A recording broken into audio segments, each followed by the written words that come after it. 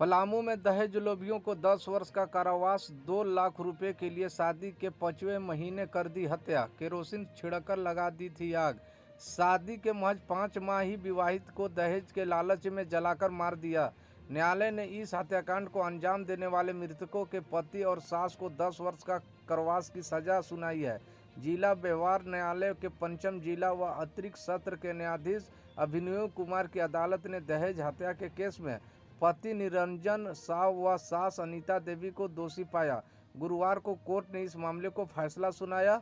20 नवंबर 2017 को हुई थी शादी। 20 नवंबर 2017 को खिलाड़ी मोहन नगर निवासी दिलीप साव ने बेटी खुशबू कुमारी की शादी निरंजन साव के साथ की थी।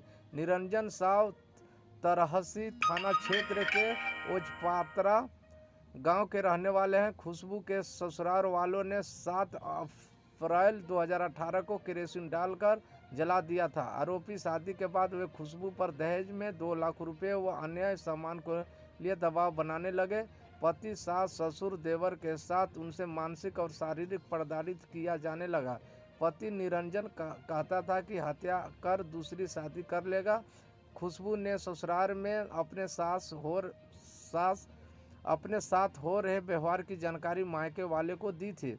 खुशबू के पिता ने बेटी के ससुराल जाकर उनके पति निरंजन व घर के अन्य सदस्यों को समझाया था। खुशबू को लेकर निरंजन फटक गया था। वहां भी कोई भाई के साथ मिलकर खुशबू को पीटा था। 2018 के 6 अप्रैल को खुशबू के साथ पिता की फ़ोन पर बात हुई थी। अगले दिन उन्होंने बेटी से मिलने ससुराल जाना था। बेटी से बात होने के कुछ ही घंटे बाद 7 अप्रैल को जानकारी मिली कि खुशबू जल गई है। MHCH में पिता पहुंचे तो बेटी को जले हालत में मृतक पाया गया। बेटी को जलाकर मारने के संबंध में पति, सास, ससुर सहित 9 लोगों पर पिता ने FIR दर्ज कराया था। पिटाई की घटना, दुष्कर्म का केस मैनेज करने के नाम पर ठगने वाले को पीटा। पूर्वी थाना क्षेत्र के आदिवासी किशोरी से सामूहिक दुष्कर्म के आरोपी को केस मैनेज करने वाले व्यक्ति को बुधवार को कोर्ट रोड से लेकर रणवीर वर्मा चौक तक पिटाई हुई। घटना बुधवार की है, लेकिन गुरुवार को मारपीट के कारण पता नहीं चल पाया। गांव पहुंचने पर इसका खुलासा हुआ। बताया जाता है कि पीटने वाले श्रीलाल सोरेन पूर्वी टुंडी पिपरा टाण का रहने वाला है। दुष्कर्म के आरोपी के परिजनों के मुताबिक सोरेन अपने को डालसा का सदस्य बताता है। 3 माह पूर्व दुष्कर्म मामले में जेल जा चुके हैं। आरोपी के परिजनों से दुष्कर्म पीड़िता के साथ समझौता कराने और आरोपियों को जेल से छुड़वाने के नाम पर 5 लाख रुपए की ठगी कर ली। आरोपी के परिजनों को लगा कि उनका काम नहीं हो रहा है तो उन लोगों ने पैसे वापस मांगना शुरू कर दिया। श्रीलाल सोरेन पैसा वापस करने में टाल मटोल करने लगा। आरोपियों के परिजनों ने बुधवार को श्रीलाल सोरेन को धनबाद कोर्ट परिसर में ही पकड़ लिया। इसके बाद उनकी पिटाई करने लगे। कॉलर पकड़कर उसे ऑटो में बैठाया। बताया जा रहा है कि श्रीलाल सोरेन द्वारा पैसे लौटा देने की बात स्वीकार करने पर आरोपी के परिजनों ने उसे छोड़ दिया। दोनों पक्षों में समझौता हो गया। 22 दिसंबर को किशोरी से हुआ था सामूहिक दुष्कर्म। 22 दिसंबर को पूर्वी टुंडी क्षेत्र के आदिवासी किशोरी युवती के साथ लटानी गांव के 2 युवकों द्वारा सामूहिक दुष्कर्म किया गया था। इसके बाद दोनों युवकों को पुलिस ने गिरफ्तार कर जेल भेज दिया था। वर्तमान में वो धनबाद जेल में बंद है। रांची पंचायत सेवकों पर चली लाठी। झारखंड विधानसभा में शीतकालीन सत्र के आखिरी दिन अपनी मांगों को लेकर प्रदर्शन कर रहे थे। पंचायत सेवकों पर लाठियां चली, वाटर कैनर भी छोड़े गए। लाठीचार्ज की घटना विधानसभा कुछ ही दूर पर घटी है। राज्य भर से जुटे पंचायत सेवकों विधानसभा का घेराव कर रहे थे। आज वे सभी विधानसभा तक पहुंचने को कोशिश कर रहे थे। इसी दौरान पुलिसकर्मी द्वारा उन्हें बैरिकेड करने की कोशिश की गई, पर स्वयंसेवक बैरिकेड तोड़कर आगे बढ़ने लगे, जिसके बाद पुलिस की ओर से समझाने की कोशिश की गई। नहीं मानने पर लाठीचार्ज किया गया। जानकारी के मुताबिक झारखंड विधानसभा से कुछ दूरी पर कूटे में धरना स्थल है। यहां अपनी मांगों को लेकर विभिन्न संगठन प्रदर्शन कर रहे थे। पंचायत सेवक ही यह धरने पर बैठे हुए थे। आज उन्होंने विधानसभा घेराव कार्यक्रम था। इसी क्रम में सभी पंचायत सेवक बैरिकेड को पास आकर हंगामा शुरू कर दिया। वे पुलिस का घेराव तोड़कर विधानसभा का घेराव करने के लिए आगे चाह रहे थे। वे विधानसभा तक नहीं पहुंच पाए। इसी के लिए बड़ी संख्या में सुरक्षा बल के जवानों को तैनात किया गया था। जब वे आगे बढ़ने से नहीं रुके तो पहले सुरक्षा बलों ने हल्का बल प्रयोग करने से पहले उन्हें खदेड़ा। जब वे नहीं माने तो उन पर वाटर कैनर चलाया गया, फिर लाठियां भांजी। विधानसभा घेराव में पुरुषों के साथ साथ बड़ी संख्या में महिलाएं भी थी। जब संघ के लोग बैरिकेड को तोड़कर आगे बढ़ने लगे तो इसी बीच जवाही कार्रवाई करते हुए सुरक्षा बलों के जवानों ने संघ के सदस्यों पर लाठी बरसाते हुए उन्होंने रोकने की कोशिश की। इसी बीच सुरक्षा बलों के जवानों और प्रदर्शनकारियों के बीच धक्का मुक्की और नोकझोंक हुई।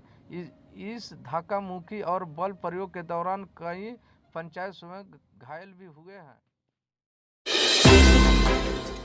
हजारीबाग में बिहार के 4 लोगों की मौत हो गई है। सभी बिहार के बक्सर जिले में बताए जा रहे हैं। घटना कठमक दाग थाना क्षेत्र के रसूलीगंज की है। इसकी मौत धुएं की वजह से दम घुटने से हुई है। वही लोग 3 गंभीर घायल हैं, जिसमें एक की हालत नाजुक है। सभी नेटवर्किंग कंपनी में काम करते थे, एक ही कमरे में सो रहे थे।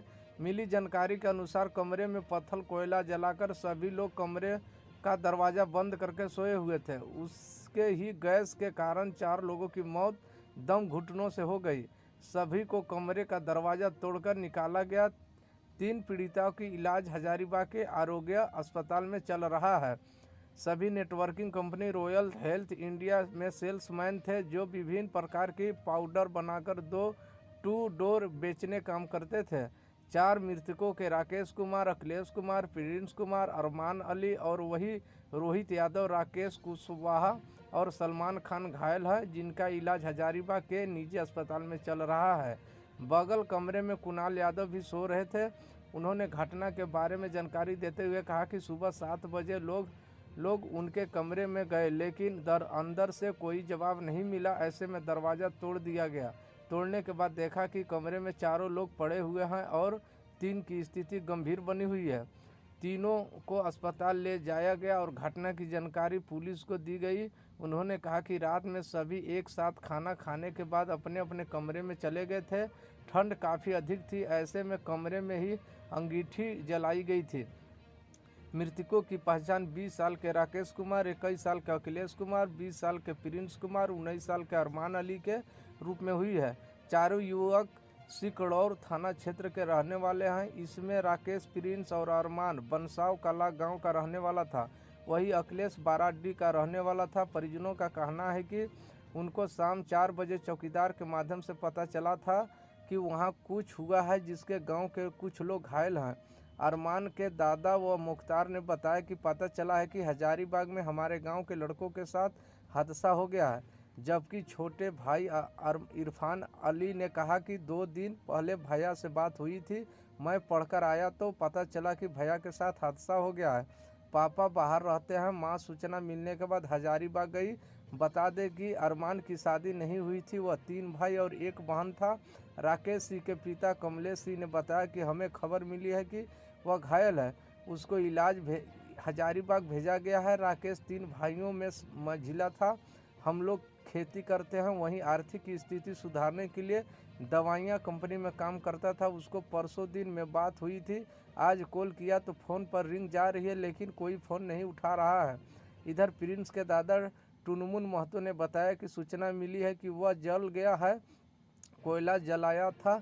4 लोग सो रहे थे, चारों हॉस्पिटल में एडमिट है। वहाँ से बताया गया है कि प्रिंस बीमार है, आकर मिल लें, बच नहीं पाएगा। प्रिंस के पिता हजारीबाग के लिए निकले हैं। प्रिंस के दादाजी बोलते फफड़ पड़े और परिजनों को मौत की सूचना फिलहाल नहीं दी गई है। अखिलेश की मां पुष्पांजलि ने कहा कि मुझे पता चला है कि तबीयत खराब है। कल और आज की बात नहीं हुई है। 2 भाई, वह छोटा था, अपने भाई के साथ काम करने गया था। हम लोग मजदूरी खेती करके जीवन यापन कर रहे थे।